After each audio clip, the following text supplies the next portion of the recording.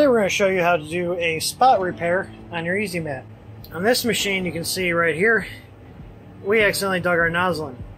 Now, normally some people would scrap the mat, but you don't need to. All you need to do is grab some glue stick. We're going to use Elmer's Extra Strength here, and you can see we already put some in, but the process is you're going to want to heat up your bed to your print temp to help the glue dry. And we have ours heating up right now.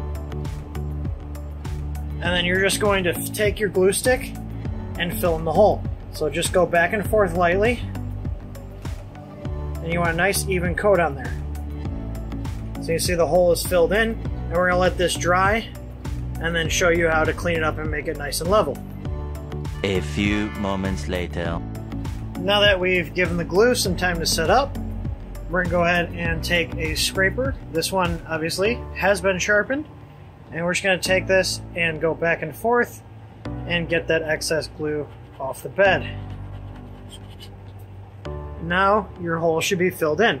So you don't need to replace the bed. If you put a little nick in it like this, you can print right over this.